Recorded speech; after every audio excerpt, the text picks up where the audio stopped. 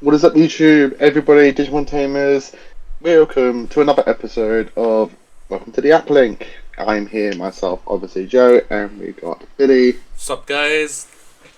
And we'll hopefully be having other people joining in later on. But yes, this is another episode, I believe episode 5 now, so we're walking through these very nicely. We are just, we are trying to fix audio malarkey. If something isn't fantastic, just let us know. We got our friends letting us know, obviously keeping us up to date. Yeah. What's good, what's bad. I will be taking sips of water because it is still rocking hot here in the UK. Yeah, which is not great, but yes. Hydrated. So we are going to be jumping straight into our market watch, and thanks to a brand new set coming out, markets all over the place. Which is what we love. We love this. We love this. We love new cards. Yeah, so join us into our draw phase with our market watch. And we're back with our market watch. So we're going to be picking, obviously, 3 cards who we think are going up and down in price, something to look at, something to not look at. All those things in between. So, Billy, why don't you hit us up with our first card for Market Watch? Yes. Now, this is going to be an interesting card to choose. It is from EX9. It is I'm pretty sure it's a box topper, but it came out in EX6, but it's like a new artwork that we got, or it is an EX6 card, and it's just the artwork, old art, but it's gone very much down in price. I'm pretty it's shot down in price from about 40 pence to 20 pence, but it is a very nice artwork in my mind to grab a hold of for the what's the name of the deck? I can't remember. You'll probably be able to tell me from me saying the card. It's Ludamon from EX6. Ludamon? Yes. I'm trying to remember that one. It's one of those Legenoms. Legenoms. Oh, that guy. Yeah. Yes. Yeah, he has shot down in price by just a small bit. Like I said, from 40 pence to 20 pence. But it's a very nice artwork, and if you have that Legend Arms deck and you want to do a little bit of blinging like we do, yeah, it's definitely a card to pick up. So that is my first market watch. Ludamon from EX6. Nice. Yeah, I do enjoy the Legend Arms deck. So any way that they get a little bit of representation is always fun to me. My first card is also from EX9. As we did say, new set coming out, so a bunch of our cards are going to be from pretty much the new set, so spoiler warning on that one. But yeah, my first one is going to be Omnimon Ultra S from EX9. The base art, or the artworks for him, he's only got 2. So the first one's going for on average about €5. Again, apologies, my market watch, my card market is still only set to euros. I might as well just cancel this one to make a new one. Oh my god! Basically, I've got it up options here. For English. Yeah, I've got it up here, and that equals to about £4 British. Yeah, so he's in going Britain for about pounds. £4. Yeah. Which I think for base art super rare, which is very nice, and this card is very strong. It's going to go very well in Adventure, Omni S deck, and just Omnion DNA in general. If you are looking to get this card to upgrade those decks, I think there's no better time right now to just jump on it, get this card now. I think £4 for each super rare is not too bad. I think that's a pretty fair price. Obviously, if you do want to bling, you got the alt art going for around 20, I think, like on average or something like that. Which is, I mean, take your pick on the alt art. Yeah. The alt art's nice, but I think the problem with it is that it's one of those like full pictured ones, so you don't get the full value unless you have all 3 cards. So like that's just again my personal take, but yeah, I think Omnimon Ultra S, great card, and nice new card, and it's in my opinion good price right now. So my first 100%. card is Ultra S. Yeah, just adding on to that as well, that from the day that it's come out and it being put on card market, it has significantly come down in price. When it first dropped out, it was going for around about £38. Dropping down to 20 is like, and this is the alt art, mind you, so that is very nice that people are pulling it. It's able to come down in price, so if you want to pick it up, it is obviously a little bit more expensive, but it's definitely a card to pick up if you want to bling out the deck, as Joe said. That's it. Alright, what's your next one? My next one is a natural card from EX9 now. It is one of the new option cards in File Island. Now, we played through, obviously, we just had our pre-release and everything, and File Island, with the new DM stuff, is a very good card because of its security effect of giving 1,000 for each face-down Digivolution card, really playing into the new training and everything, saying, like, yes, you can only have one of these in your security at a time. That's how they've kind of balanced the card out. But at the same time, you can get 2 in, but you just need to meet the colour requirements. Which is, yes, it's a white card, it's a little bit harder, but if you're playing a white tamer, there's your colour. Like your analog cue. Exactly. From DN. Exactly. So these cards can definitely stack, and if you get 4 of them into your security before your opponent can hit them, you're getting 4... Actually, you won't be able to, because they take the bottom one. Is it bottom face down, or the bottom card? Add your bottom security card to the hand and place this card face up as the bottom security card. So technically you can only do one. So it's just going to keep replacing itself. Yeah. So you'll never have multiples. Yeah, but there might be a way in the future. Some people are like, oh yeah, you play this card to like put it up one and then you can play another one. But it is a very strong card for DM, and it's right now very much pennies. It's very quick. Is a common. Yeah, it is a common, so it's something to grab if you're looking at going for the new DM stuff with the training ability, and it's just a good option. I would say to run maybe 3 of in a deck, just because you want to see it and put it in security early game, because I have done that I did that in pre-release, and it was brilliant. Just having that general DP buff and being able to constantly keep stacking it was mwah.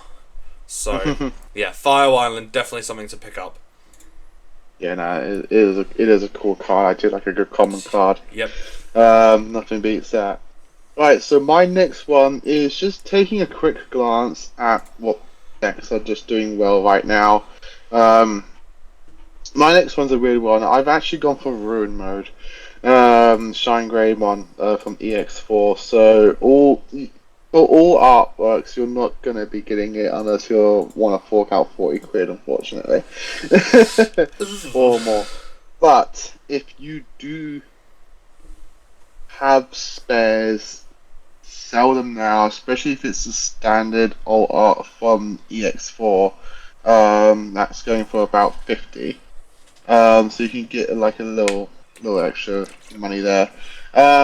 But yeah, if you haven't got one and you're playing a yellow deck that can get into this, and you want to control the board a little bit, if you are playing Securia, you know, obviously you probably have this already, but if you haven't got it yet, definitely want to get it. The format is looking to be going wide with smaller bodies, you know, getting those extra chips in there, here and there, so being able to have a Ruin mode means that you can shut them down a little bit, and so I think for my second market watch is going to be Ruin mode, unfortunately.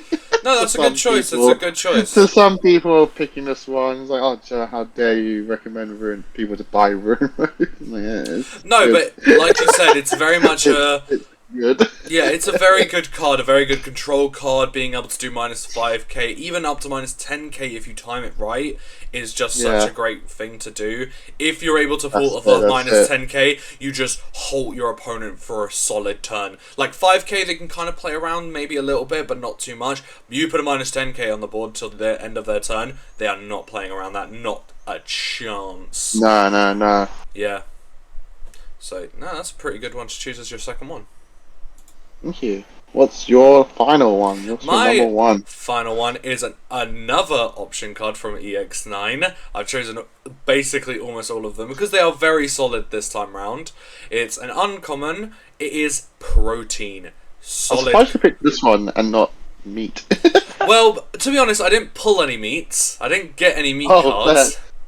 So I can't really have an opinion on meat, but I pulled a protein and it was very good to go for game, because main, you draw 1 for 2. I understand that's not great, but it's main delay effect. I don't think that's bad. Yeah, like for a solid draw is like not terrible, but its delay effect, allowing you to trash 2 of your face down bottom Digivolution cards to unsuspend, is a brilliant move to go for game, because you just have that on board. If you're not caring about where the memory is, because you don't have to pay memory to do your delay effects, you're like, right, swing, final security guns, oh look, I take out these 2 bottom Digivolution cards, I unsuspend, I swing. And if your opponent didn't ace during that first swing, you're 90% sure that they don't have a ace in hand, so it's like, right, I could just go for game.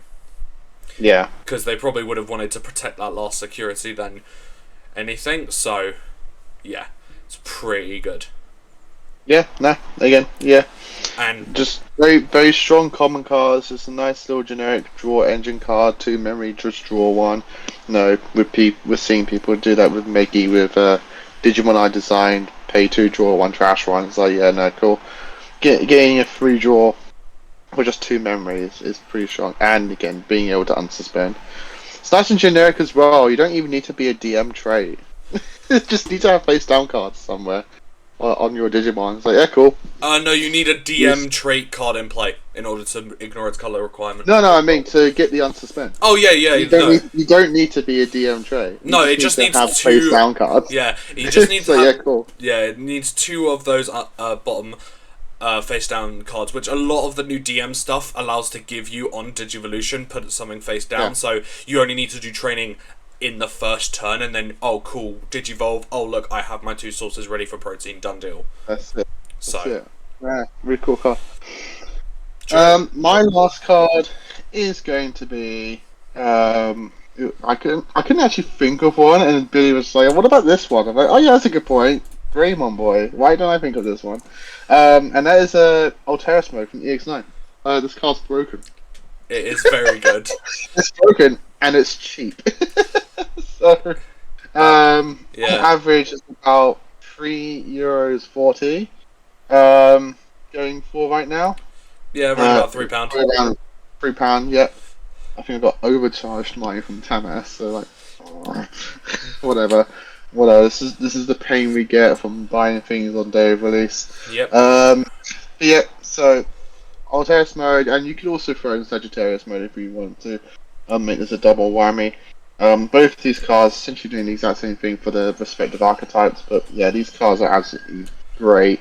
Yeah. And if you're playing any one of these decks, being the Tribal Greymon, Tribal Garurumon, Omnimon Adventure, like, if you're playing any one of these decks, these cards are great, and I definitely do advise picking these cards up now. Get your playset. If you really want to bling out the old art, that's going for about €14. So you put like about 14 quid. I'm seeing about £12-13 for the old art going right even, now. Even better than so you could probably get like a tenner each maybe off somebody and your locals. But yeah, these cards are absolutely great. So I do highly advise picking these cards up now before they skyrocket if these decks start doing well.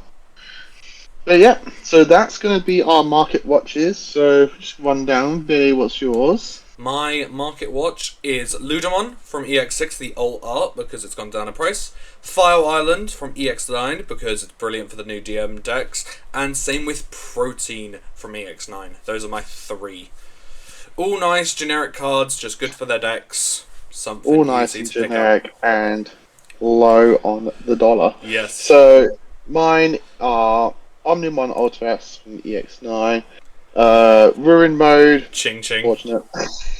Ching ching, but really good right now. Yeah. And Metal Greymon Alteris mode from EX9 as well. Yeah.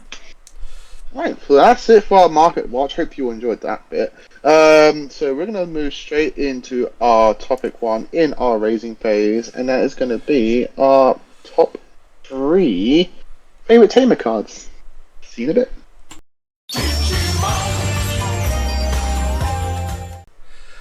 And welcome back, guys. We are going into our raising phase now, which is our top 3 topic, which is going to be our favourite tamer cards. Now, the reason why I've chosen this is because it's becoming very apparent that there are a lot of new tamer cards coming out, a lot of good ones as well that are coming into the game. So I thought it'd be very nice to just reminisce on our favourite ones that we've used over time, whether it be something that's iconic to us, or even something that was like, oh my god, this is a tech I never thought of, this slaps. So, yeah. Joe, what is your first pick for your favourite tamer card? So I stole one of yours because it's good, and I love it. Yeah, and I really like it. When this first came out, I was just like, you know what, this card's hilarious. Let's play it, and I was clapping at locals with this when it first came out. I do kind of miss playing it, in all honesty. And that is Marcus from BT12, who doesn't love punching your opponent with a tamer. I really like it. I think it's unique. It's unique. Not many. You could compare. Oh, we've had tamers punching you with hybrids. So it was like, well, it's not really the tamer doing it, is it? It's just the tamer just evolved and became a Digimon who's now punching you, just like everything else. So I really like how Bandai just took his personality and the way that he just operates in the show and just really emphasise on it that Marcus is going to be the one turning sideways and hitting you in the face.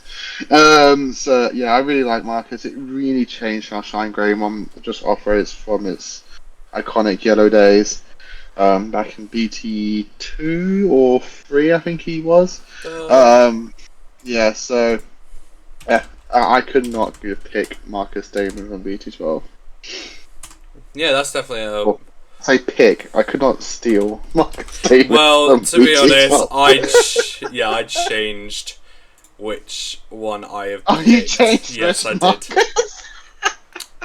did. So, spoiler, it's not 12.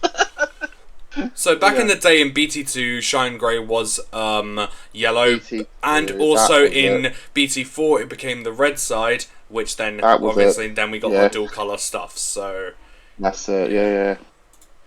All right. BT2 is still good, actually. Yeah, it is.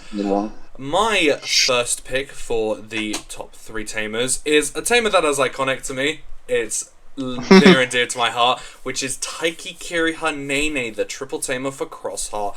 It's just generically good. You start main, you load a Crossheart Blue Flare trait, you gain 1 memory, you draw 1. Very good draw power for the deck, and then as all of the other tamers do for that deck, you suspend it when you're playing something with Crossheart with Digi-Cross requirements, and you can use everything under your tamers as for the cross requirements. So it's a really good tamer for that deck. It is somewhat getting outclassed by the new Taiki Kido we got, which Joe is trying to push, absolutely shove me towards using. So I'm definitely... It's just better. It's called Taiki Kiriha. It's Taiki Kido. Yeah, Taiki Kido. Like, it's literally the whole name. So it's just overall better. But but... this is a good... The triple tamer was great. Yep. I remember when I was getting to Blue Flare, I was like... I had this at 4. And then one of our friends at the time was just like, why are you playing this at 4 and not the Mem setter? I'm like, because this card's just better. Because basically it can get you I'd rather see this than the Mem setter. To be honest, it can get you to the memory setter a bit, with also doing its own effects, or going past memory setter if your opponent puts you to 3 anyway. It can set you to 3 if you have 2, and then you're also drawing 2 new cards. So, like, in my opinion, at the time, it's just better. And then it's also setting you up for future turns to go into the Metal Greymon just go for bang, bang, bang, bang, bang, with what Blue Flare used to do. So, The only problem is that the Blazing Boost couldn't play it. That's the only bad thing. That was the I think that was the tipping point reasoning to play the Mem setter. I was like, but your Blazing Boost can't play. I'm like, god damn it. Yep. Unfortunately, it does only play Kiriha, which is kind of annoying. But the triple tamer holds a special place in my heart, being one of the first good tamers for Crossheart. I'd say it's very close, but there will be one later that I say is the most iconic for the deck, but yes, the Kiriha, Nene, Taiki, Triple Tamer, White Tamer is my first pick. Joe, what is your second pick? I was going to say as well, the Triple Tamer is the first thing that's doing my new favourite thing, which is tuck 1, draw 1, game 1. Yep, I see what card it is as well. So my second card doesn't do that though. But it literally changed how this archetype plays, and it kind of like set the bar to like how the entire archetype just kind of like was built around the megas. And that is Takato Matsuki from EX1. EX2 actually. Why I say EX1? Yeah, no, that's wrong. Oh EX2. Yes, Takato from EX2. This card's amazing. I really like this card. Just giving all of your Gallantmons, Growlmons, Blitz, like, it's just absolutely insane. The fact that that effect is also not once per turn, and the Digimon gains when Digivolving Blitz, means you can really do some funny things in a more thematic, like a more customized deck, where you can go into a Growlmon, use the Takato, give it Blitz when a Digivolving Blitz, and climb to something else outside archetype, and now it still has when Digivolving Blitz. So you can do really funny things with that if you really needed to get Blitz in somewhere. But yeah, I really like Takato Matsuki. The alt art as well is absolutely fantastic. And then we got another alt art from the Tamer's box, which is also fantastic. Yeah, I love which I sold Takato. you. Yep, thank you. Got my 2 copies now. Yeah. Do you only play that at 2 or? Yeah, because the new mem setter kind of does what Takato is trying to do, which just lets you swing over memory. Fair enough. But Takato is just more flexible because it constantly just gives it to you over and over and over again. Fair enough. Yeah, my number 2 is Takato from EX2. Very nice. My second choice for the top 3 Tamer cards is a Marcus card, but it's not. It was the same Marcus, as Joe said, he stole it. But I have chosen one which I feel like I'm not obviously using the Punch and Face Marcus as a 4-of, but I'm using almost as much as the Punch and Face Marcus, which is the BT13 Marcus Damon, which is the memory setter. Yes, it's like one of the most expensive Tamers that's ever been played, which is a 5 cost. Yes, but it is broken. It is busted good. Start of main, obvious. Start of turn, sets you to 3. Already good. So that's where the 4 cost comes from. The extra cost comes from on play it can suspend itself, and when it does become suspended, it minus 3k something on the board. Then if you have an Agumon or Greymon in name card on board, it gives you a memory. Literally, if they just didn't tap on gain a memory, it could have been 4 cost. Oh yeah, 100% that could have been 4 cost. There's no reason. There's no reason for it to be 5 cost. You just had to not give you a memory. But unfortunately it does give you a memory. But it has to have the Agumon or Greymon on board to give you that memory. You always do the minus 3, which is nice, to get rid of like something that's like, what's it? I'm forgetting the name of the Digimon cards now. The ones Floodgates? Floodgates, there we go. Wow, I'm brain farting today.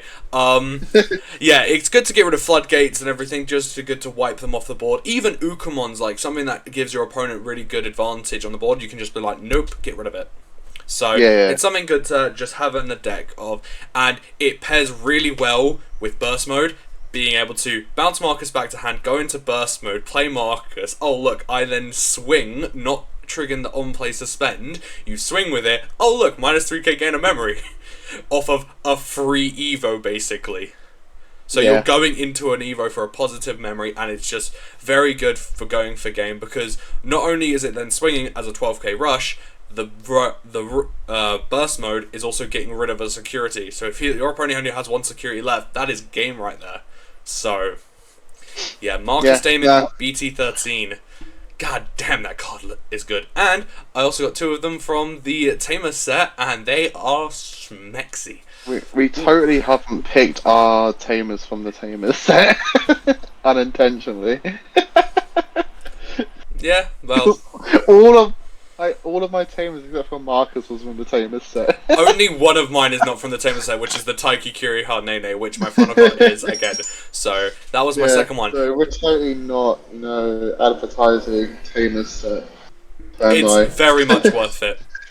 Bandai, please. It's really good. It's a really good set. Joe, what is your final and third card for the favourite tamer cards? So my final pick does tuck 1, draw 1, gain 1, and is my iconic tuck 1, draw 1, gain 1, and that is Hiro Amanakawa from RB1. I couldn't not pick a Gamma related tamer to be my number one. This card is just so good. It fixed, this was what Gamma needed when it was first being released and that kind of thing. It's just I just need ways to get all these inherents underneath my level 5. If only there was a way to tuck something underneath. Oh wow, yeah, it does. Hiro has blessed us and saved the day by just loading a Gamma named underneath any Digimon. You gain a memory and draw a card. And then on top of that, you gain 2k as well, so if you Digivolve. Yeah, if you evolve into a Gamma text card. Yeah. This card is absolutely fantastic. It does literally everything that the deck needed. And still needs, you still play this even with the new Tamer from 21. The ratios, depending on players, are fluctuating all over the place. But this card, there's not a single Gamma deck that doesn't play this card. Even if you're a Gamma toolbox deck, you're still playing this card. This card is just and it was also yes, and it is also another card you bought off of me because it came in the Tamer set. Yeah, and I finally had my playset thanks to you and our friend Hassan. Yeah. And Chris, actually, it was a triple threat. Oh, was it? Yeah. Taking my money. Yeah, Chris gave me one, then I got one from, then I got 2 from you, and I got the last one from Hassan. Ah, gotcha. Yeah. Triple threat. I was gonna just do 1 from Chris and 3 from Hassan, but then you're like, I'm buying the single box. It was worth it for me, so yeah. You owe me money. Yes. But yes, my number 1 pick had to be Hiro Amanakawa from RB1. Definitely one of the most iconic cards for you. That's it. My final card, definitely the most iconic card for me, has to be Taiki Kudo from BT10, the most used card in Crossheart. There is no doubt about it. You play 4 of this, and it is so good. On play, reveal top 4, you add 1, load 1, return the rest. It gets you really good setup for the rest. It's only a 3 cost, so if your opponent on turn 2 gives you 3 memory, you're alright. Drop 2 of these bad boys, I'm set. I'm ready to go. Mm-hmm. It's just such a good card, and like we said, it came in the Tamer set, so I was like... It gets a lovely reprint from Tamer set. I mean, it does look really good. I have only got 3 of them now. All those Tamers are lovely. Oh. I love a Tamer where it's like him and then the little guy, his little partner behind him or something like that. No, they're all fantastic. So if you love any of those Tamers, I guess just a little advertising here. Definitely, and your store has them. Definitely look into picking it up. And even better, find someone who wants different Tamers from you. Because if you do, you can just split the box. Exactly. In any way that you want. Well, even 50/50. One person gets the playmat, one person gets the sleeves. Yeah, and then you just split the Tamers in half. Yeah, I was about to say, and be on your merry way. It's not just the Tamers that come with it. It comes with a playmat with all the Tamers on it, and then also comes with some specialty sleeves that are beautiful looking, and they're very nice. Obviously, they're the same sort of sleeves that Bandai always release, so after a while they do get a little sticky, why we recommend getting some over sleeves for them, so they don't get sticky. You get to protect the sleeves and everything, so definitely something to pick up. But if you're splitting with someone, perfect. Because then you can be like, right, you can get them out, I'll get the sleeves, and then we split the Tamers, whoever wants what. There we go. Yeah, but yeah, 100%. I am missing one more to complete my playset. So I am looking at our friend Hassan, to hopefully sell me one of his. So hopefully I can do that. But yeah, it's one of the most iconic cards for me. I love it so much. It's just a 4 of in the deck, no brainer from building a different Crossheart. It's like, right, first card that goes in, Taiki's. Always put those in. Taiki goes in before Shoutmon. Oh yes, 100%. So yeah, that is my top 3. And we got Shane. Yes, that is Shane. So Shane, we are just doing our top 3, and the top 3 topic I've selected is favorite Tamer cards. What are your top 3 favorite Tamer cards? Well, that's quite easy. What top 3 Tamer cards of all time? Yep, just all time. Yeah. Well, any reason whatsoever. Yep. Alright, number 1, BT18 Takuya and Koji. Yep. Because, having Blitz on hybrids is very funny. That's true. Yep. So true. Yeah. Let's see, number 2, gotta be Analog Youth. Ooh, yeah. Yeah. That's a good choice. Number 1 generic Tamer of all time. Yep. Let's see, number 3 could go funny. Let's just keep it simple. We'll go Cool Boy. Can't go wrong with generic staple. Generic tamers, Cool Boy. Nah. These staple tamers are so stupid. Yeah, not the great choices there. Can't blame any of those. Yeah, exactly. Can't really complain with any of those. Good generic tamers, good for really all the decks. So let's just do a recap. Joey, your top 3 tamer cards were? So my top 3 was Marcus Damon from BT12. Number 2 was Takato Matsuki from EX2, and number 1 is Hiro Manakawa from RB1. Yeah, some good choices from you. And mine were Taiki Kirihanene, the triple white tamer, Marcus Damon from BT13, the memory set, and of course, my number 1 was Taiki Kido from BT10, being very iconic there. So yeah, that is it for our raising phase. We are now going to be heading into our main phase, which is going to be the main topic of the day, which is going to be a amalgamation of things, which is going to be EX9, the pre-release that's just happened, BT22 that's going to be coming out in a few weeks, and the Ultimate Cup that has happened. So catch you tamers in the next phase.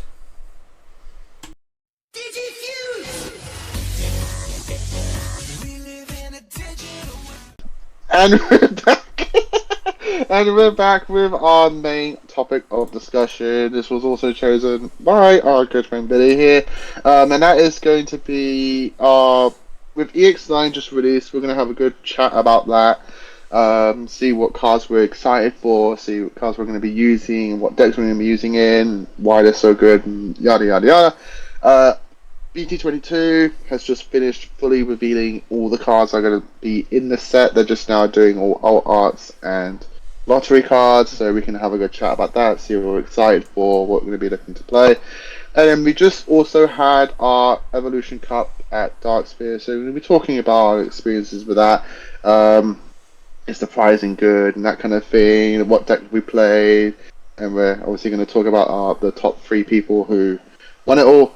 But yeah, and just have a good old chit chat. So I think we'll start off with Era Cup, because I think that can be that's a nice quick one, I think there. So Billy, if you could just round up the top people who won the Evo Cup, going from 3rd to 1st. Yep, no problem. I would check, but my phone is my camera. So in 3rd place we had someone called Wombat. I don't know who that. I do apologise. I can't remember who Wombat is. So if you are watching, super sorry. Post it down below. Yep. Then in 2nd place, it is our friend Shirag, who got 2nd place with 9 points, but a little bit better percentage than our 1st place, so hence why I was able to grab that. And our 1st place winner was our friend Tony with 12 points. He went.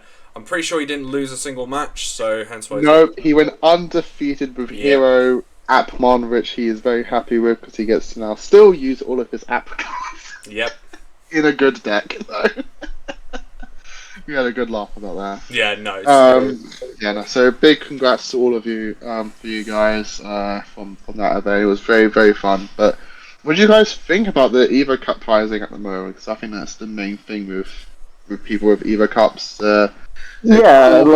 X Antibody, and something else. I can't remember the other one. The winner card was the old Omnimon X Antibody. That was it. Like, Right. generally, the pricing for this event has been pretty solid, because, like, X Antibody as an entry card, especially with it being a holo version as well, is very good, because those cards have been slowly rising in price because we haven't had a reprint of it for quite a long time, and they are still seeing a lot of play. So, generally, being an entry-level card means prices will drop. It's good for the card game. Everyone has access to them. They're very to come by, and you don't need a lot of them. Yeah, Joe, I see you grabbing your binder to show it off. There it is. There you go. I thought I at least have this, so people can see what you're going to be guaranteed. This is what you're guaranteed to get if you enter any evolution cards currently. Do you have the regular version of it, so you can see them side by side, just to see the difference in the card artwork and everything? While you're grabbing, I definitely feel like having those as prizes definitely has the ability of getting. There we go. That's the difference in the X antibodies and everything.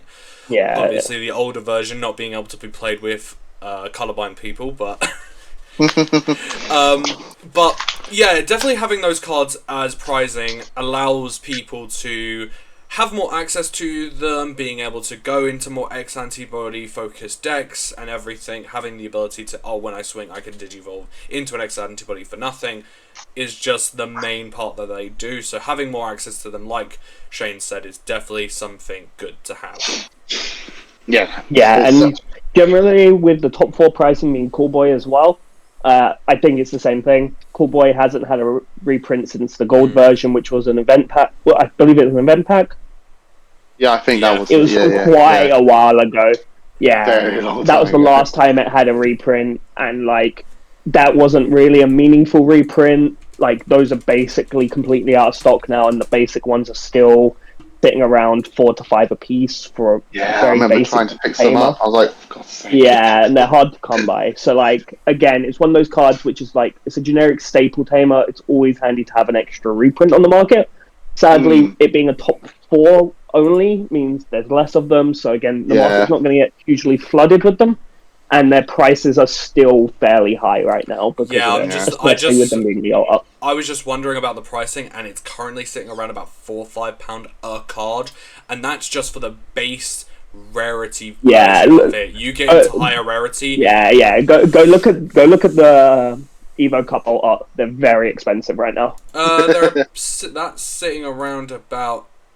When it first came out, it was sitting around about £34, but it's come down to about £10 a pop. Yeah, but so you're still double. Have you checked lowest UK? Because like I'm fairly certain that's Europe, right? Yeah, that's with all of Europe. Lowest in UK is £10. Someone has got 4 of them. Okay, that's good. Lowest in so that's then. Yeah. Last time I checked, they were sitting around 25. Yeah, but then some people are trying to sell them for like 15, 20, 25. Yeah, so I had mine out for 15. So yeah, it's definitely a card that can be picked up if you're obviously needing them for your deck. You will have to unfortunately wrestle your wallet for the money, but it's like one of the kind of more staple cards for X-Ante including the normal you're looking at option. 20 quid for standard, and if you want to really rarity bump it, just double your price. You're doubling your price. Just double your price. Which, to be fair, there's a lot of people who rarity bump, so it's not too bad of a bump when you think about it. Yeah. But like the one thing I was very disappointed about with this Evo Cup was the winner card. What was that? Like it was the old Omnimon X antibody, which basically saw no play when it came out anyway. So basically, what they've done... It was... I remember playing it. It was played in Greymon because of Grandis. That was literally it. Yeah. Just to counter basically, Grandis. It was the, on Digivolve, you take out Omnimon from the stack and you get to trash their top security. Oh, is it that and it's one? That one? Yeah, it's like two on the X's before the newest one. It's I think this is the BT5, is it? Then. No, it's Return all... When Digivolving... Oh, right, yeah. Return... It's a good one. It's not brilliant. It was okay. But to be fair, we're in a current age... We're in a current age of the game where this card will never see play. Ever. Because we have quite literally the best Omnimon they have ever printed in the game right now, which is an Omnimon X antibody as well. Yeah. And like, I seriously don't. I just don't understand why they printed such a useless card as the winner card, because it basically gives the whole tournament no incentive to get first place. Very fair. Like, no, I have been to 3 Evo Cups now, and I don't know a single person who was like, I want to win this thing. Everyone was like, I want to get top 4. Everyone was trying to get top 4, but once you guaranteed your place, nobody cared. Everyone was like, I'm good. I got what I wanted. Yep. Very fair. Yeah. It just feels like such a useless card, and like, I don't know why they made it the winner card. Like, they clearly wanted Omnimon to be the face of the winner, but they were like, we can't reprint the new one so early, so soon. So we have to put something else in. So they picked the next best one, which is like the old OTK finisher. So this is not BT5. Like, I get that, but like, there's so many good ex-ante cards in the game. Like, just they could have put Protoform. They could have done They could have put Protoform. I would generally, if they put Protoform, holy shit, that's such a dub. Yeah, we could have easily done Protoform, so that would have been a much better card. Or even if they did the new Omni X and just gave it a different artwork for Evo Cup like they did with this one, and it would be a better Omnimon. That's the point. They don't want to reprint it so quickly because people can still buy the new set. They could have done the new one because it's 1 card per tournament. I guess, Or they could not a huge influx. That's the main thing. They could have done the original Omni Blitz. They could have given that a different artwork. Nah, we don't need another one of those. Now, you gotta remember, we're already getting a reprint of that card later this year in the gold collection. Oh, great. Yeah. Couldn't they have done the newest Royal Knight option card? Oh, please don't. I've already had enough seeing that card. But they could have done that. Yeah. They could have, but I don't like it. It would have made it probably a bit more sense, because it's like, it's supporting the deck that they're clearly catering to with the winners one, but I don't know. Do you know what? This is going to be controversial, but like, generally, I would have been happier if they just put Death X. Oh wow! Like, we've had so many Death X. He is the maker. He is the ruler of X Antibody. Yeah, out of that over this Omnimon, I would have been happier with Death X. Yeah. Yeah, no, I've had loads of them. Like, nobody fucking needs the card anymore, but like, it's still better than this Omnimon. Very fair, very fair. Yeah. Or if they wanted to be like the real guys and not give a fuck about it being ex-ante, they should have just put Ruin Mode. Yeah, no, if they didn't want to stick with an ex-ante theme, they could have done Ruin. Yeah, like out of every card in the game, Ruin is still the card that needs the biggest reprint. Again. Like, it's already had one and it's still fucking useless for the pricing. I know. I bought it up on the Market Watch and I'm like, yeah, so you're still paying 40 quid for one, but... Mate, you're lucky if you're paying 40. Yeah. Yeah. Like, on average, they're sitting between 50 and 60 again. Oh my god. So... And that's for the reprint! Yeah. But all in all, I think Protoform definitely. Yeah. I think if we were sticking with X-Bane, Protoform definitely. Yeah.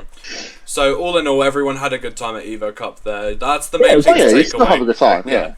The main thing I like to take away is that if you had a good time, who cares? It's a game at the end of the day. You want to go there, have fun with your mates. If you win, you win. You lose, you lose. Yeah. I mean, if you go there to win... If you go there to win, fair enough. If you go in there for the competitive part of it, that's what you love about the game, fair enough. But I personally go to, like, I went to the EX9 pre-release just yesterday, and I don't want a single card from this set. I went there because I like the thrill of opening the packs and just making an amalgamation really weird deck. So, yeah. But that's actually to be fair.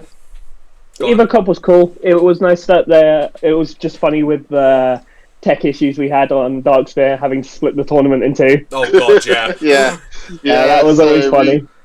The application wouldn't allow more than 16 people to be in a tournament, so which was so weird. We had to split it into 2 separate events. Yeah, so we ended up with two Evo Cups on the same day. So yeah, we had 2 winners and 2 sets of top 4. So, yeah. But that yeah, was very funny. I got to surprise everyone that day with a funny deck. Mate, I think was it oh yeah, it was the winner of your Ultimate Cup. What, Ahmed? Ahmed, yes, he came to me yesterday with a new take on your deck. Oh no. What the Gil aggro? No, yeah. Replace the level 5s with Cerberus one in werewolf mode. Oh no. Yeah. So you play the old Cerberus one, you play the old werewolf mode, because then when you pop I like Cerberus it, but I one, also putting so much memory. So I like it, but dislike it for one main reason, right? So the only reason is it doesn't extend your combo that much further. So with the way that I built it, right, when you go into the level 5 Wargrowl, it spawns the Rush Gill. Yeah. If it lives on its swing, you then you digivolve the new Gilmon into the old EX3 Growlmon, which can then you go into Growl X on it. It will then swing, hop the other stack to gain your token to gain the rush again. So basically, you're using the Wargrowl to extend the combo by 2 instead of just 1, which you would get off the serve. Yeah, like the only and way. Also, the thing about the Wargrowl as well is if your werewolf stack had a fresh Growl X on it. Yeah, exactly. And the major thing that people are forgetting about Wargrowl is it also trashes 3 from your opponent's deck. So it lets you hit that 20 trash really fucking quick. Yeah, Because basically, the way I explain it to people is if you go EX3 Growlmon into EX3 Wargrowl, that's a 10 card plus in trash. Yeah. Because it'll be 2 from your opponent, 2 from you, then 3 from your opponent, 3 from you. Yeah, yeah. Basically, it lets you turbo to that 20 mark really quickly. Yeah. Fair enough. Yeah. I just remember you just showed me. I was just like, oh, it's a cool idea. I like it's a cool synergy there. Like you're putting an extra 2 memory of doing this very old combo. I was like, it's a cool synergy, really cool. But like the deck already has the memory drag anyway. So like that extra 1 memory most of the time isn't that efficient really for like gaining a one less stack combo. Yeah, it's something I'm looking. What people have to realize is this deck is very aggressive, but it's very specific. Like sometimes you're dead on lethal. Yeah. Anything goes wrong, you're fucking cooked. So true. Yeah. The amount of times I've won games with literal 0 cards in hand. Yeah. Right. So with if we're gonna move with EX9 though. Pre-release. Who was happy? Oh well, I kind of know what Biddy is thinking of EX9, which is just. I mean, there are some good cards in there that I found. I kind of do like the new Chimera and everything. Being able to, when Digivolve, put something at the top of your Digivolution, then delete something with the same colour as something in your sources. Oh, yeah. If you have 6 sources, you can delete 1 of everything. Oh yeah, it's insane. Which is, and also for every different colour, you gain 1,000 all turns, and then it also gets a buff from Fire Island if that's in security. That card can go nuts. Oh yeah, those beautiful cards. Hey, I know one of those cards. I know, right? Something looks familiar. Yeah. And also, I'm pretty sure it's also an on-play, so the assemble can really you can assemble it, which is pretty cool. I never used that, but I used the Numemon. No, the assemble's very tricky on him. I used Numemon to do it because it is a version 3, so it's like, oh cool, stack 3 version 3s underneath, go into it from trash, oh look, I add something into it, oh look, bye. Yeah. When he first got revealed, I was like, oh my god, how do we assemble Chimeramon effectively? And then Karen brought up Numemon, which is like, you just evolve into it. I'm like, oh crap, yeah. Yeah. But yes, it is an end of turn effect, but if you think about it, it doesn't have a level restriction on the colour. All it says is delete the same colour as a Digivolution card. Oh yeah, no. So it's like, oh yeah, you just aced me, bye, overflow, oh look, I have rush, swing. Swing 2 checks, done deal. And then if you have Cool Boy and if you have not Cool Boy, Analog Youth on forward, it then gains reboot. So it's like it is very good. Like I wish I pulled more chimeras. That would have been really funny if I pulled more than one, but I need one more and I gotta play, so. Oh my god. But no, EX9 okay, is what were Go on. Yeah, so so you're just looking at DM then, basically. DM is something you're now interested in. Maybe. Like, maybe, I don't know, like, it's very interesting, but it's like, you've got to lock in with maybe a version, maybe 2 versions, but other than that, DM is, like, very much I think if you're going to play DM competitively, you're going to pick your 2 favourite versions. Kind of like how Heroes, like, we're picking our 2 favourite. I'm definitely leaning towards... 5s, and that's it. I'm definitely leaning towards version 3, and possibly version 1. Raid is busted, and then combining that with piercing is nuts, obviously, and just having it generic is insane. And early, like, all of your level 3s have piercing, level 4s have piercing, and then raid is really easy to get. It's like so if I do build a deck from the new EX line, it's most likely going to be a DM version 3/version 1, maybe version 2, I don't remember what one, like, that stuff comes into. 1 is raid, 2 is jamming, 3 is piercing. Yeah, so version 3 and version 1 probably. So, but that's definitely something I will be talking to Joe about, helping me build a deck. I'll probably get on the simulator, try and build something. Oh, that's right, it's all on Sim now, isn't it? Yeah, because it came out legit yesterday. It came out Friday. Yeah, I literally haven't even touched the Sim in the last few days. Yeah, so I need to jump on and try some funny stuff. The Sim we're talking about is DCGO. What are you excited for from EX9? Oh, nothing. Absolutely nothing. Oh, wow. Not even Alteris mode? Zero cards. Okay, realistically, I think in this set, there is exactly 2 good cards. Yeah. I think this set has been very poor in the state of this game. The problem I find with the set is most of the training stuff and this version stuff looks incredibly slow in a game that is now incredibly fast. We're at a point in the game where most games are ending by turn 3 or 4 maximum. And training as a mechanic is just far too slow, which sadly, it doesn't look good for this set. It would just mean, like, even like the secrets from the set look incredibly poor because of it, because they all assemble, and like assemble takes time to set up. Even if you get it live on turn 3, your opponent's probably set completely up for their OTK, and you just die. Which there's nothing you can do about that. Like, the game is just incredibly fast now, and the 2 cards I think that are actually really insanely good is Alterius and Sagittarius mode. Like, yeah, these 2 cards are just insane. They're insanely staple cards. Like, they're just generic, insane cards. The fact that combining them with the old EX1 Greymon and Grumon means you can basically swing with the Alterius or Sag, play the Tamer out for 0 from your hand, go straight into your top end for 0, and you can win. You could just close games out for doing that. Like, the Greymon variant is like a full-on OTK deck, where you just climb, put like 3 Greymons in the stack, swing with it, put the Tamer down, go into the old EX4 Ancient Grey, it does 5 checks, and you just OTK in 1 turn, and it's game over. Yeah, I remember, at Locals we all spoke about this. I was like, no one's doing this, and they were like, what? Oh my god, that's just crazy, actually. Like, the only difference... Yeah, the only difference between the 2 decks really is like the Greymon variant is a very OTK but high rolly deck, where Grumon is not an OTK, it's more consistent pokey damage, but it's more consistent, basically. You'll see your pieces more regularly, because it has a lot more surge. 100%. Yeah. All the cards just draw generically, it's very, very strong.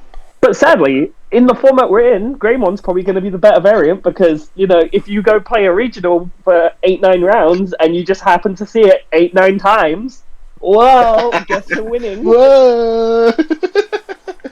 Guess who's doing well? Yeah, exactly. It's the kind of format we're in. Like, It's just too fast where you're either playing super high rolly to try and counter how fast things are, or you're just playing the fast stuff yourself. Yeah, unfortunately, I think training is just, as you said, it came out too late.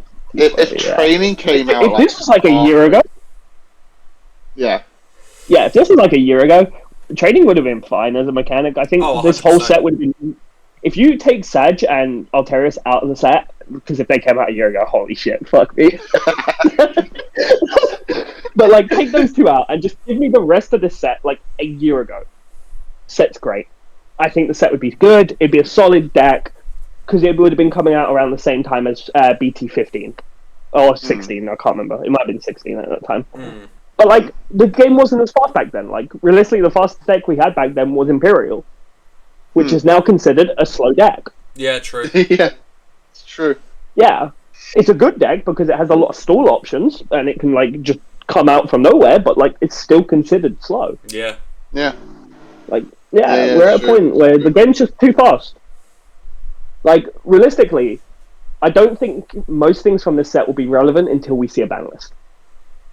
Yeah, I was looking through like doing a little bit of organizing. I was looking through like the DM stuff. There's some cards that are really nice. Like some of the champions can be very techy. Like I was looking at the new Kawagamon, Kabuteriamon. Right, these are actually pretty good for Tyrion. Just play. I like that they really kind of go into multiple decks. Yeah, it's cool they go into multiple decks. But like, don't get me wrong. I think all the DM stuff is really cool as like a mechanic, right? Yeah, it's cool if you want to have some fun, play around with it. You can kind of mix and match. That's really cool. The only problem is it's just completely irrelevant to the state of the game. Yeah, as a complete deck is a bit I was saying that you got your tech options. Like if you're playing a blue based Garurumon, the Gardamon and Garurumon are really good for inherent jamming tribally now. Finally, this is really really cool. They said like the Greymon maybe, I don't know, but I think they're cool. Yeah. Maybe like the only use for Numemon and Numemon deck. I don't know. I think the Numemon's really good. Like the only thing I majorly have an issue with from the set is the fact that like it's brought out another complete Season 1 deck after we just got Adventure. And when I'm looking at the two side by side, I'm like, why are you playing this over Adventure? Like, there's like zero reasons to ever be playing it over Adventure because of how good Adventure is. And Adventure just got better. Yeah, exactly. With the new dual tamer as well. The to be fair, the dual tamer doesn't see play. Really? I'm taking it in. It's really yeah. Unless you're playing Ultra S, it really just doesn't see play. It's just it doesn't really do anything in like the actual like Ace Adventure deck, which to be fair doesn't really need many cards at the moment because of how strong it is anyway. Yeah. Because like it's what I call the best Dark Horse deck in the format, where it's because of how fast everything is, but everything's fast but super hard to get around being aced. Basically, like everything just dies to aces at the moment, and it is the strongest ace deck in the game. Yeah, everything's fast but super fragile. Yeah, it's like if they can't out your thing before they turn sideways, it's like cool. Good luck being aced. Definitely. What about BT22? Right, so EX9. I think we're all like, well, most of us is. I think you got like the guy who's like wasn't caring about it, but maybe playing something. Yeah. We got Shane here, who's not a great set overall, but there's two really really good cards that he's obviously got his eyes on, and then you got myself, who's just like kind of like the in between. I really like the Abadamon deck. I think the Abadamon deck's really cool. I got that. It's another niche deck. I think Abadamon would be cool. Just remember, be careful when you're playing cards in that deck. Otherwise, you're going to get cancelled. So true. So true. I have to be really careful with a certain name I have to say. Yes, you do.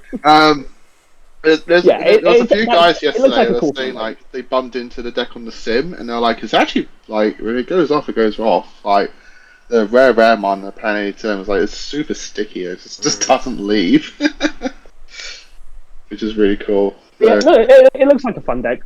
yeah, definitely it looks very fun. And as I said, I changed my adventure deck to Ultra S as well. Okay, that's good.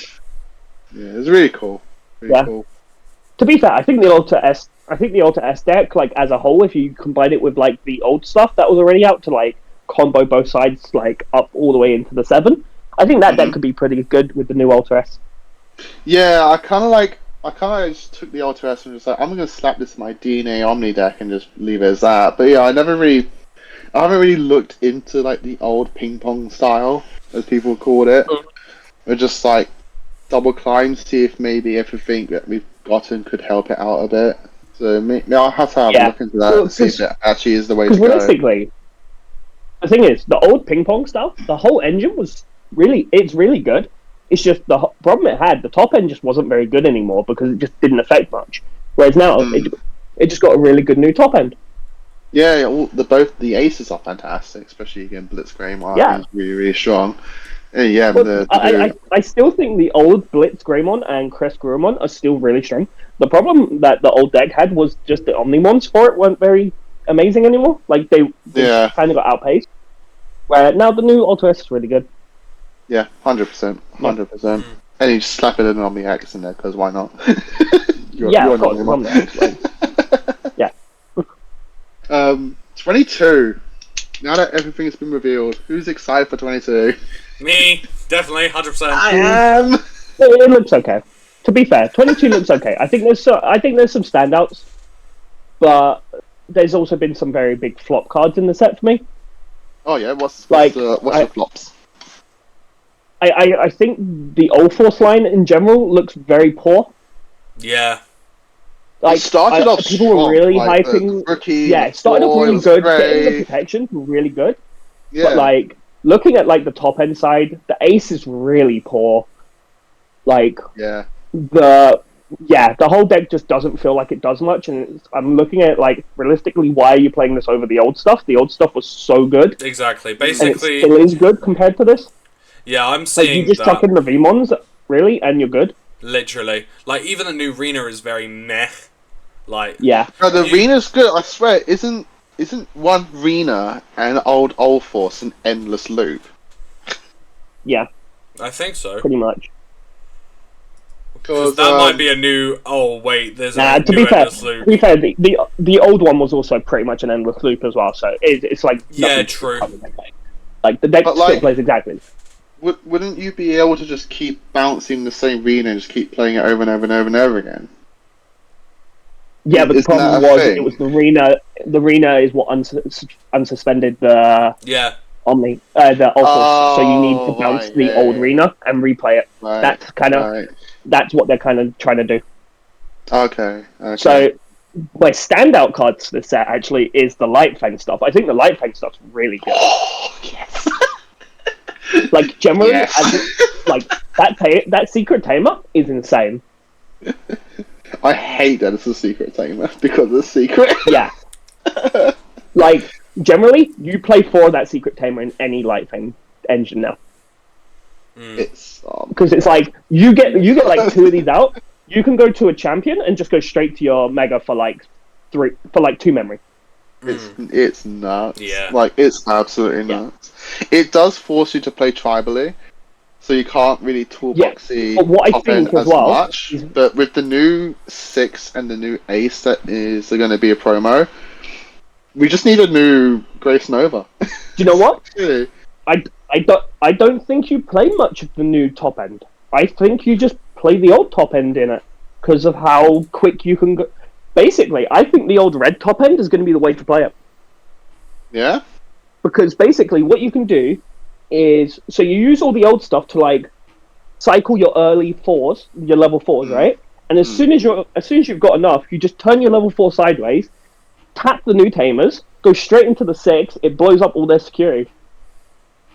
Oh, like, yeah, if you're going for a more aggressive build, yeah. Yeah, the Apollo, the old Apollo. There's no reason to play it control anymore. Like, you literally have a card that just says I can go straight to my 6s for 2 memory now. Like, you know? It's true. Actually, probably less. Probably less. If you're using the old level 5s, it'll cost you 1 memory to go to 6. Yeah, the 5s just cost 1. Yeah. Which immediately refunded by the egg. So it's like, yeah, cool. Yeah, so exactly. Right. Yeah. Yeah, and This is what I mean. Like, I definitely, the light fang stuff the looks blue really good. 5 can stun a blocker, so they can't stop you. It's like, yeah, cool. That's not suspending. Going to the 6. Boom. Nuke something else. Yeah, no, 100%. The other secret though went down a different path. I think the Alphamon stuff is cool in.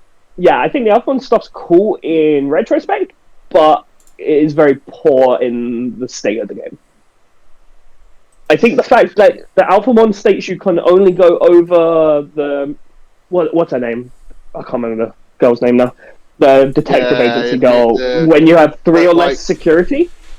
Yeah, but the problem is that they don't ignore requirements, isn't it? So you're locked into the new ones, isn't Unfortunately. it? Yeah, you're locked into the new stuff. It's cool that like some of the old tucking stuff works because of the way CS works. Yeah. So that's really cool that like you can kind of like tech in all the old stuff that says, oh, put something in your stack to gain effects, which is really cool because it synergizes with the CS stuff. But like the biggest poor thing is like the Alphamon itself is meh at best. Like it's not amazing. Like it's just not. We've had some very good Alphamons in the past, and this one it didn't not hit the same, right?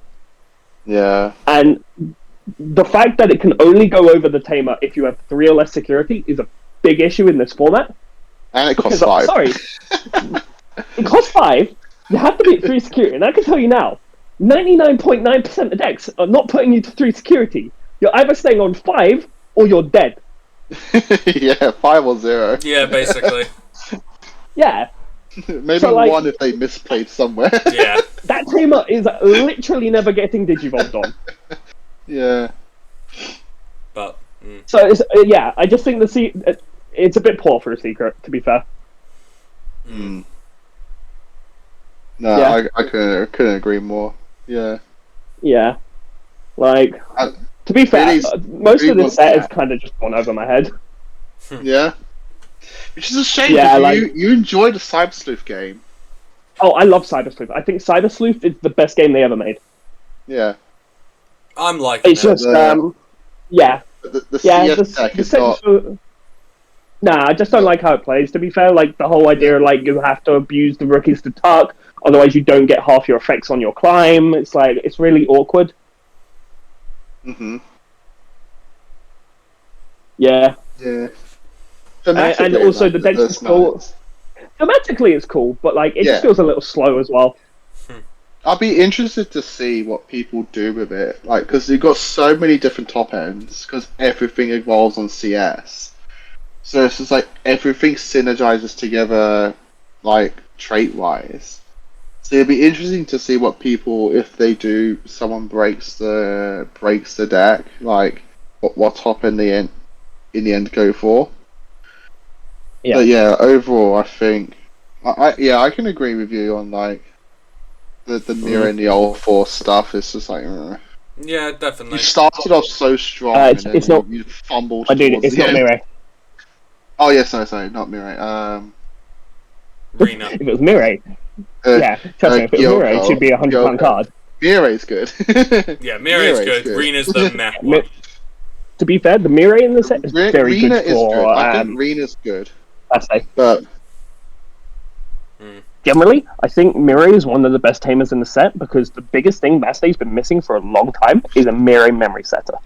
Yeah, fair. I just can't wait for new Atmon stuff. Yeah, I was going to say, you're looking at the Atmon stuff looks good. Oh yeah, 100%. Yeah. That Atmon deck, me and Joe have been talking about this. That Atmon deck it's gonna go wide. 100%. Yeah, There is it no will. and if or buts about it. That deck is gonna go wide. It's gonna constantly be chucking out Atmons left, right, and center, and just gaining effects off of all of it. And even the that only thing God that's gonna be card funny- plays so heavy. That God card, if it's just on the field on its own, will always have an alliance, because when attacking it spits something out. Oh look, I now have an alliance target. I don't care if I have links or not. Yeah, it's got link +1, but half of the time it's going to be chucking stuff out. Oh look, alliance target. And Yeah, all until of you see Gotsumon on the other side of the board. yeah, but then yeah, but then all of the stuff, all of the newer like linking effects, they're not even linking effects anymore. They're just generic will be triggering effects. Like they'll always be active, which is kind of like inherent, but obviously yes, they have to be linked in order to trigger. But still, having generics in a link deck is way better than just having stuff. There is some good stuff that happens when linking, like you can do some very good combos, but in that deck, in this new Museumon deck, or entertainment, it's a lot of entertainment trait, it's gonna be very interesting to see. Yeah. I can't wait to get my hands on it. And what's nice, it doesn't go above a super rare. The only one I need to get is that God card, and that's the only one is a super. Everything else is rare and below. Yeah, I generally think the app stuff has been some of the better stuff from set 22. Yeah. I think what makes this app so good is it's not for like the alliancing, but it's the fact that you're allowed to make another app fusion stack while you're making one. Yeah, exactly. So, generally, I think the the going wide thing is worth way more than the alliance, and the fact that it's a yellow base as well means Globemon's just going to see you play in this as well. Yep. Yeah. I was trying to which I think is very good. Together. It's just going to be. I think with what the hero deck's doing, the hero deck has proven you don't need to app fuse Globon to make it good. No. You just have to get Dogash somewhere. Globe's just good. Yeah, Globon as a whole is just very good. When even 100%. If you're, it's either when you're digivolving it, or even if you just link it, when linking, just delete a Digimon with less than or equal DP. Oh look, I'm now giving you 3k. Just a 5 that can swing for 2 checks inherently is just very good. Yep. So 100%. Yeah, I can't wait for that stuff. Yep. So I'm glad that they gave me 2 more Gamamon level 4s. Here we go. Here we go. I remember the group chat. Just everyone's like, "What the hell is 2 Gamamons in here?" I'm like, I'm glad that there's 2 Gamamons in here. Give me 2 more, please. Yeah, it did feel a bit out of place, but like, I suppose it's just filler cards, right? They ran out of it. They just ran out of some ideas. Some filler cards in. Yeah, so I was saying like 3 sets ago, like the Gammas are like the perfect filler color cards. Like we need another blue and another green. Okay, cool. Just toss those in there. Cool. There we go. Thank you. Yep. Which, to be fair, I didn't expect them to do it. I didn't expect Gamamon to be the filler cards. I thought that's what they were going to do for adventurers. Just every so often give like another adventure card because they can literally just make them any color. That's it. Because we're still waiting on an adventure Patamon. And an adventure Salamon. And we need everyone else's megas now. That's it.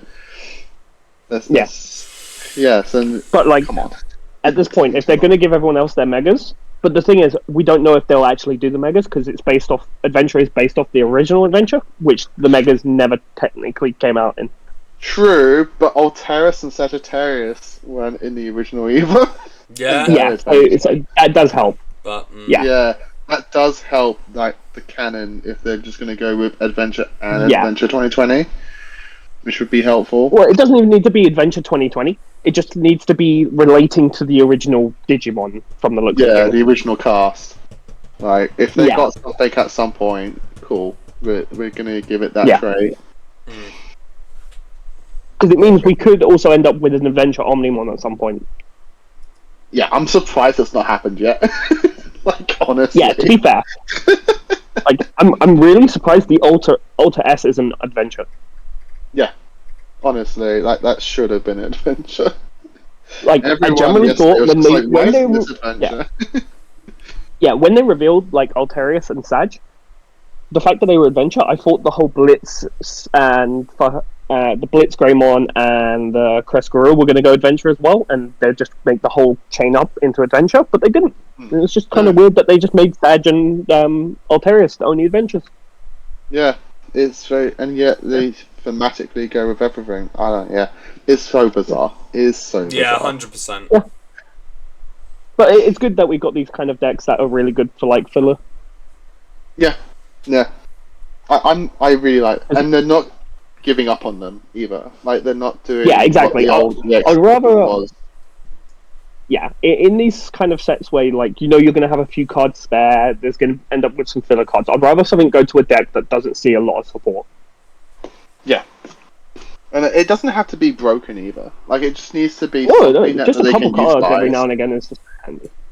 Yeah, it's like don't get me wrong, everyone likes a busted card here or there, but like generally 100%. Just some generic good stuff's really handy. 100%. We just need Bandai to just keep reminding us. You know, we haven't forgotten that this is a thing. Like, don't worry, guys, it's still here in our heads. It's on the chalkboard. They, to be fair, Bandai has forgotten about Ghost Game. Oh yeah, they've forgotten. Oh, 100%. Ghost Game doesn't exist to them. Just Gamamon exists. Yeah, true. Jelly and Angora, they've forgotten those. Yeah. But you know, they haven't forgotten Jelly. They haven't forgotten its baby. That's they have forgotten Jelly. Else. I have forgotten Jelly. It doesn't exist anymore. Jellymon's egg is not forgotten. It's now utilized as a liberator. Yeah, exactly. Oh god. Like I saw one picture when they revealed the new line for Yao, and like with her top end, and they had it so like it starts with the egg and then it splits into the two lines and it goes to the top. And I was like, okay, so let's look at the list 7 again. Does it support Jellymon? Can I put this in Jellymon? No. No mention of Mollusk anywhere, which is the entire bloody line. Yeah. Up to the 6 who's now becomes a cyborg. It's like, okay, cool. Less synergy. Yeah. So for God's sake, you just had to put Mollusk. Stop doing aquatic and then Mollusk. Put them together. For God's sake. It's stupid. Yeah. It's a bit sad they forget about some decks, but like to be fair, those decks weren't. I don't think they were hugely popular. No. So most people just don't really care that they've been forgotten. Like to be fair, even Gamamon isn't hugely popular. Yeah. Like, yeah. I would argue, but I get what you mean. In terms of everything else, it's not popular. It has its fan base, like most decks, but like when you consider it, like compare it to like a Gilmon, a Red Hybrid, a Greymon. Fuck, I can't even name red decks. Holy shit. Yeah. The only thing with the Gamma base is that we're small but we're loud.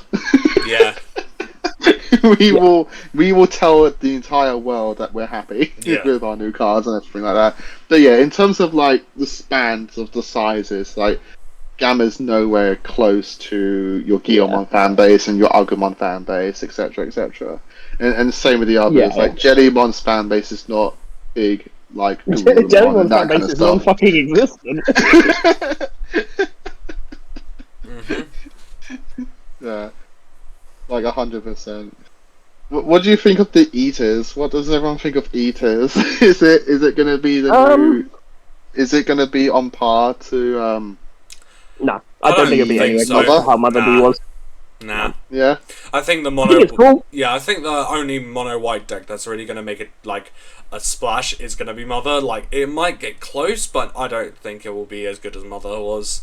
Yeah, the big issue with it is the fact that the things it spits out are completely targetable, and there's so much removal in the game now that just doesn't care about your DP or level. Yeah. So it's like, oh, you play this thing, removal. Yeah. Oh, you try and go on. I'm looking forward to Eater Adam, but only because I'm gonna splash him in Diaboromon. That's about it.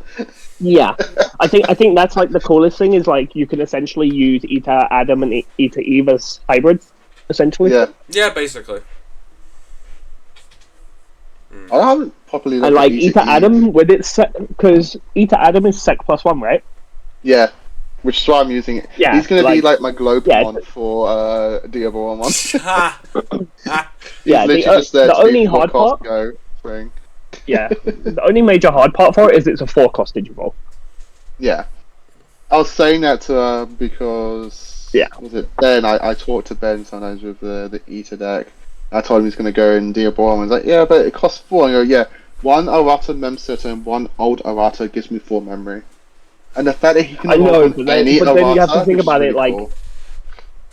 like the thing I try and explain for it is like, cool, you have 4 memory, but do you want to use your whole turn just doing this one thing? I can get that, yeah. I can understand that, yeah.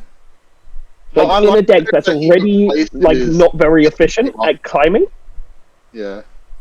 Like my issue is like the deck as a whole isn't super efficient at climbing anyway.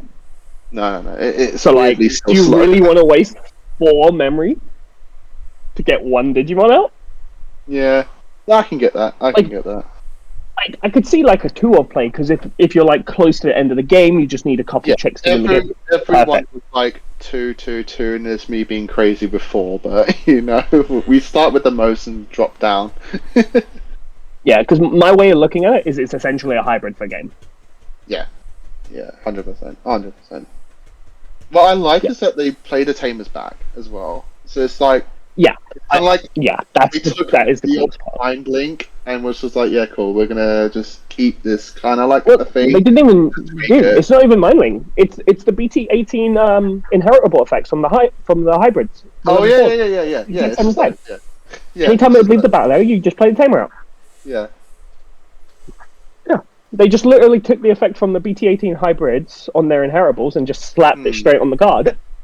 Yeah, and Eve does the same thing as well. I'm just seeing if Eve is generic enough, like Arata or Eta Adam, until your parents enter one of. Okay, it's a stun. It's a stun for 3 memory, and it's raid 7k, which is not too bad early. Is it Digimon stun? Until the end of your opponent's turn, one of their Digimon can't suspend.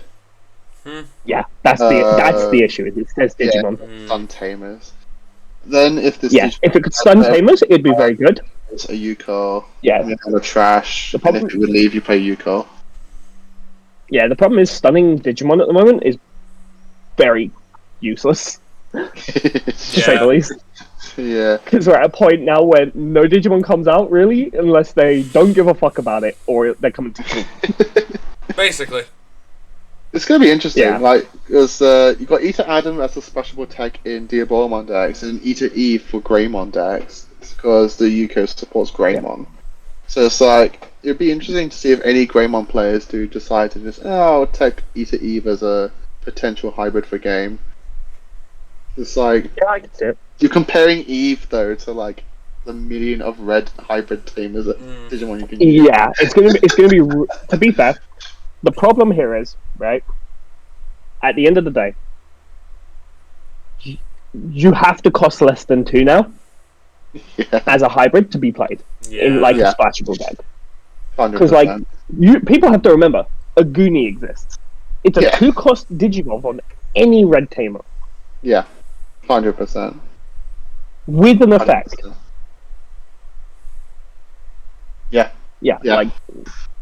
It's really hard to find places as like a hybrid now in like most decks because of how like efficient like hybrids have become. And they're making so many top ends just being the hybrid for game anyway. It's just like, this big guy evolves and then can swing. It's like, okay, cool. Who needs a hybrid? Like, I think the only color right now that doesn't have like a decent hybrid for game is purple. Because like the hybrids in purple are kind of really poor unless they're played in their own exact deck. Yeah, all of them except the very old Lobomon. But who wants to play him? Wait, you mean Loemon? Loe, yeah. Sorry, like the first purple hybrid. To be fair, the new Loe is solid, but it's still a 3-cost Digivolve. Exactly. So it's Like, like you literally have to play the old one. Or if you need to be 2 or less. Yeah, it's you like, have to play the vanilla. Whereas, like, every other color has had, like, a decent hybrid at some point that costs 2 to digivolve onto. Or if it costs 3, it's just got, like, a really good effect. Yeah. Oh, just going through Like, generally, 22 is such a shame that they didn't put Rusty X. Oh, that does I was suck. so hyped for that. I was legit so hyped for that. Like the new Argu Tyrannomon X line. I was like, cool, Rusty X, come on, break this deck. Do it. Not yet. No. Not yet. Yeah, it's a common Raidamon Ace. To be fair though, the rest stuff looks really good. Like, I think the Dino stuff from that set's really, really solid. Yeah, I'm so excited. Yeah, so excited. I bet Lewis is very happy. Oh, he was so happy. He was like in his match, and I just came over, showed him one picture, didn't say anything. Like, here's a picture. Continue with your game. Completely. You just mind screwed him. I just broke his concentration. Just like, he's like, more. I'm like, no, finish your game. You can read them after. You can read them after. Finish your dinner first, then you can have your dessert. Yeah. Legit. So funny. Yeah. No, they look really good, but like, the problem is, as a whole, I think 22 isn't. It looks okay. It's not super interesting. I think comparing it to EX9, 22 is better. It's way more interesting than the EX9. Way more. Like I was the problem hyped is for EX9, and then like the more 22 stuff got revealed, I'm like, oh, for God's sake, I just want 22. Like, I just want 22. Yeah, my major issue, right, with the last 2 sets, so 22 and EX9, is they're coming off the back of like 3 of the best sets we've had in Digimon for a long time. Yeah. 21. And 20. Well, it's not. Well, not just 20, because I'm talking about the combined sets, right? So basically 18 through 21 were just some of the best sets of Digimon we've had for a long time. Yeah. Because we got combined sets, remember? Yeah, true. Yeah. So 20, yeah. But like, yeah, generally, like, it's so hard to compete with this stuff. That, like, most of these sets right now are coming out and they're just being put in comparison and they're not holding up. That's the big issue. Like, I feel like what Bandai's trying to do is they're trying to reduce the power level of the game. But because of that, it's making these new sets feel a bit lackluster in comparison. Yeah. Because the new stuff that they're trying to power creep down to make the game slower is now not as fast as the old stuff. So the old stuff is still super strong. Yeah. And the new things can't slow it down enough. Yeah, I can definitely see that. It's like they're trying to bring the power back a bit. They've been seeing, the game's getting super fast, this isn't what we wanted. Let's try and bring it back a bit. They're then going to realise no one's playing this new stuff, they're still playing this old stuff. What is the answer? We're just going to have to make stuff that is equally as fast, but we don't want to do that. And I have a feeling they're going to be like, it's a ban list. Here's a ban list that's gonna everyone hate us, but hey, it slows the game down a big chunk, and that's what we want. Which, you know what's funny? Go on. Actually, after thinking about it, I realized what caused the break, and it's hilarious when you actually think about it. What caused this issue of like how fast the game is now? What? Oh, right, yeah. Because people don't actually clock onto it until you think about it. What? And it's go on. What was it? 2 cards specifically. They both came out in BT21. 21, okay. And it is Gilmon and Growlmon. Literally, when you think about it, think about the Gil engine before BT21. The Gilmon that just gives you a memory? I'm not even kidding, Joe. Think about it. Before BT21, how many people were playing Gil engine? No one. No one. Why is everyone suddenly playing it? Because the whole engine refunds you for everything you're doing. Okay. And that's what broke it. It made it literally the most memory efficient way to play the game. So what do you think that's what's going to be hit on the next ban list? Or? No, I don't think I don't think having the memory gains is bad. It's the X side that makes it so bad because it's memory efficient and it recycles itself. Yeah, fair. You could have one or the other. When you have both, you create this whole issue of like the game. They can just turbo through the game for basically no memory. True. Yeah. So I think that you have to kind of like pick one or the other. But like actually thinking about it, it is actually the 21 Girl and Growl's fault. Because I didn't even think about it. Because like you don't think about it like that. Because you think about the card that's like enabling the engine, and it is the Growlix. The Growlix enables the whole engine. Yeah, right? You've put free memory on the two most aggressive colors in the game. Yeah, exactly. On red and purple. Yeah, it's definitely. Like purple I can understand because it's an on delete kind of like thing. Yeah, but you put it on red. It's kind of their thing. Yeah. Yeah. Yeah, and this is like the big issue with these coming sets is they're trying not to replicate the whole Magidra issue where they've generated like this hyper memory efficient deck that can aggro you out the game in like one turn, and they don't want to do it again, as you can see. But because of this, they're not making any decks that are basically going to be anywhere competitively viable. Like, don't get me wrong. I'm happy to be surprised if some of these decks come out and they're insanely good just because of some old stuff that I'm not thinking about, right? If that's the case, great. That's my favorite thing. That's my favorite thing that happens. Yeah, so good. Yeah, that's the thing. I can't predict that stuff. I don't know. I'm not the guy who's going to remember every card in the game all the time. Yeah. I don't understand all the interactions as well. But like, at the end of the day, as just the set itself, it all feels very slow. Yeah, true. Yeah. I'm just taking a very quick look. I was saying this to Billy. I'm taking a very quick look at the Digimon meta because like a lot of locals in Asia are like playing with EX9. Yeah. The only thing popping up is Puppet. Yeah. Which is great. I love it. Puppet. And the reason Puppet's popping up. How much is Puppet Everything else is there. Sakuya there, Guilmon there, Digimon there. Yeah. Phoenix there. And because I can't actually see it. How much is Puppet actually popping up though? 2. Is it like a lot of them? Is it just only a few? 2? Still just 2. It's only 2 so far. There we go. And like the only reason Puppet's even popping up is because again, Puppet is a fast deck now. It's fast. Yeah. It can outspeed some of these decks. Definitely. But the problem is it needs to like high roll that speed. Yeah. It's just nice to see it. It's cool that like something, but like it's not really enough, is it? No, there's a Bloom Lord player there, but they're using nothing from to be fair, Bloom Lord players are always kind of around. There's always someone. Yeah, there's always that one guy who's playing Bloom Lord. Yeah. Always Bloom Lord's one of these decks where I'm like, if I see it, I'm just like, whatever. There's a lot of text in this one. You know? There's a Puppetmon ace, 2 Zephyrwargames aces, Medigallant, Dynamon. All green cards, all green that can. I was gonna say like it's just generic green. Yeah, to be fair, everything you've just said is just a generically good green ace. Yeah. Yeah. It's generic green, but it's 3 Bloom Lords, so they just named it Bloom Lord. Yeah. Yeah, like if you actually look at like the current format, it's basically like you're either playing Sakuya Royal Knights or some sort of Gil engine. Yeah. Well, there's one Axel person there. Is it actually Axel? Oh my god. Axel. Wow. Yeah, okay, it actually is Axel.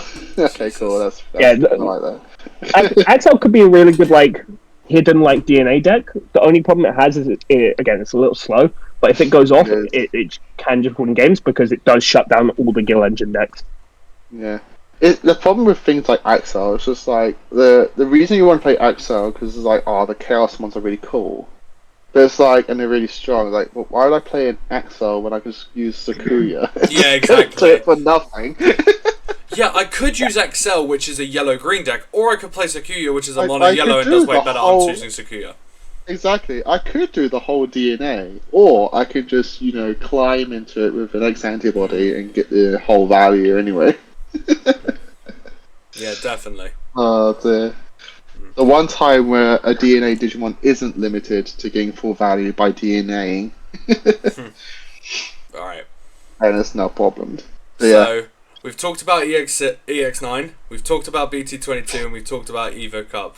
I think that's everything done on the main discussion. Yeah, everything's discussed. Alright, I think that will end our main phase, and then we will see you tamers in the end phase. Catch you there.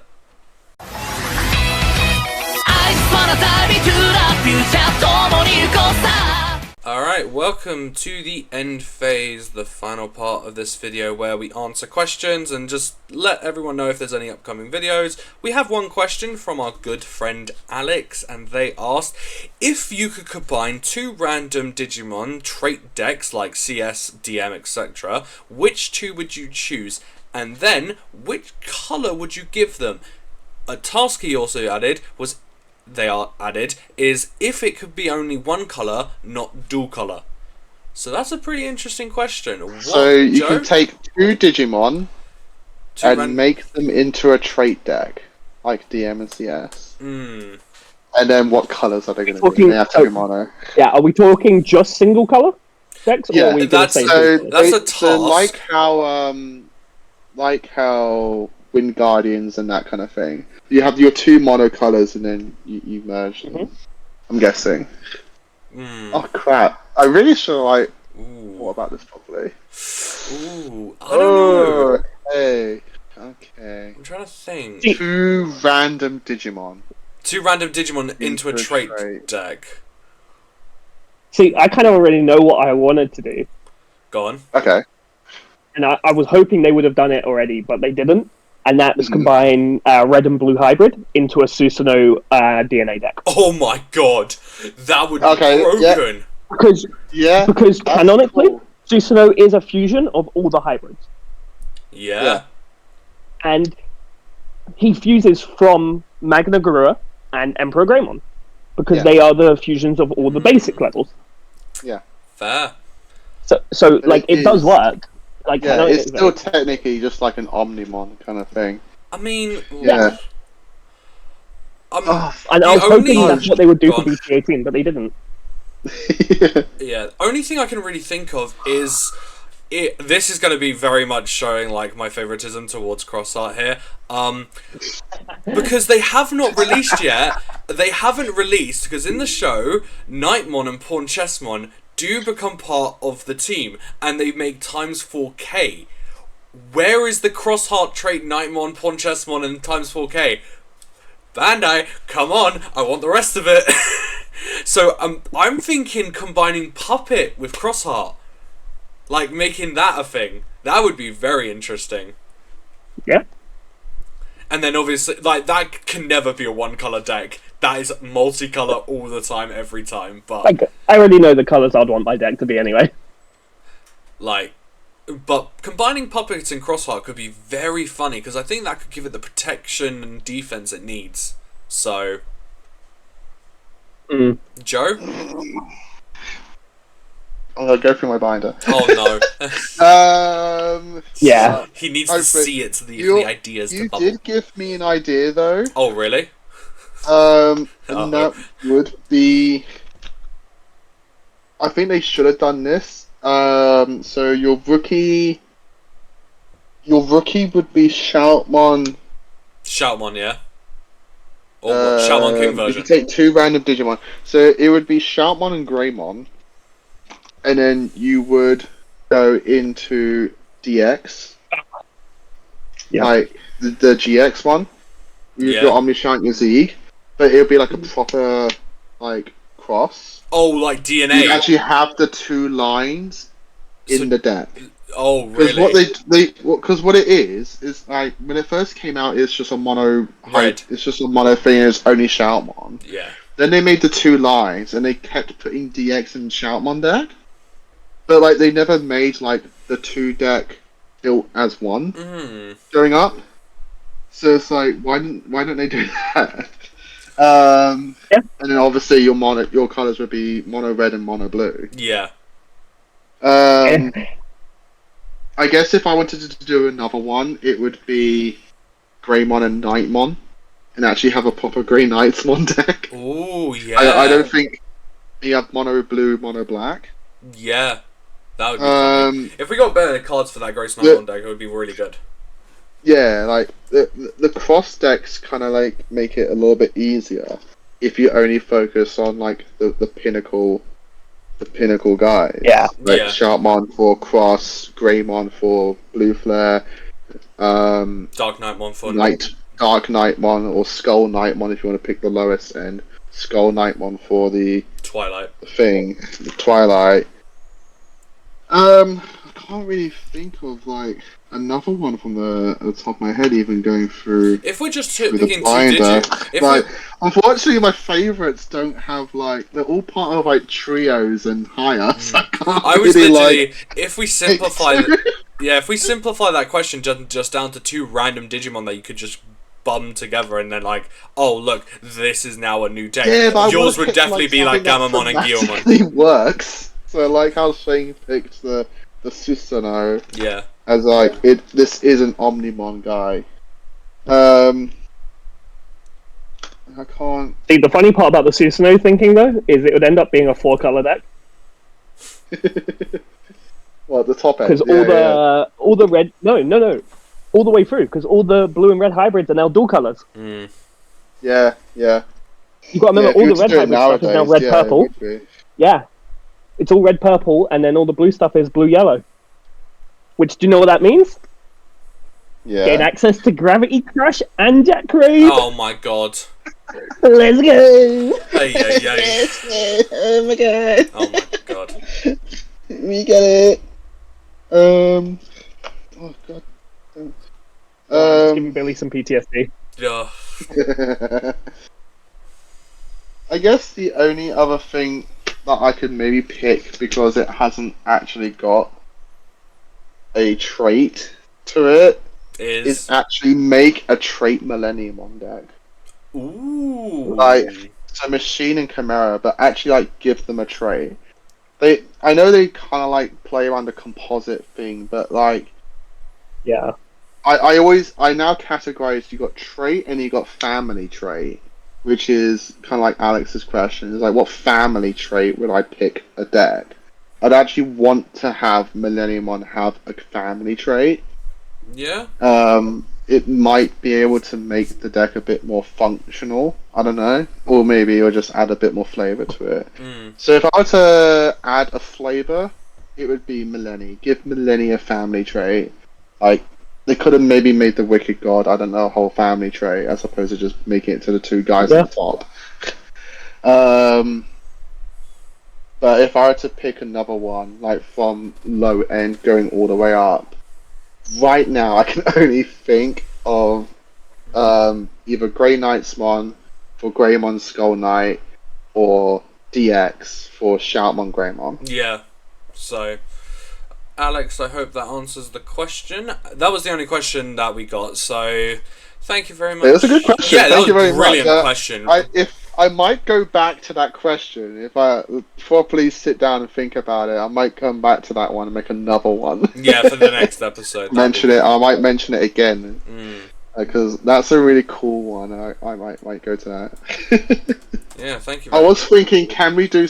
I was like, Zephyrwargames and Puppetmon haven't got a level 7, but then I remembered Puss in Boots Mon.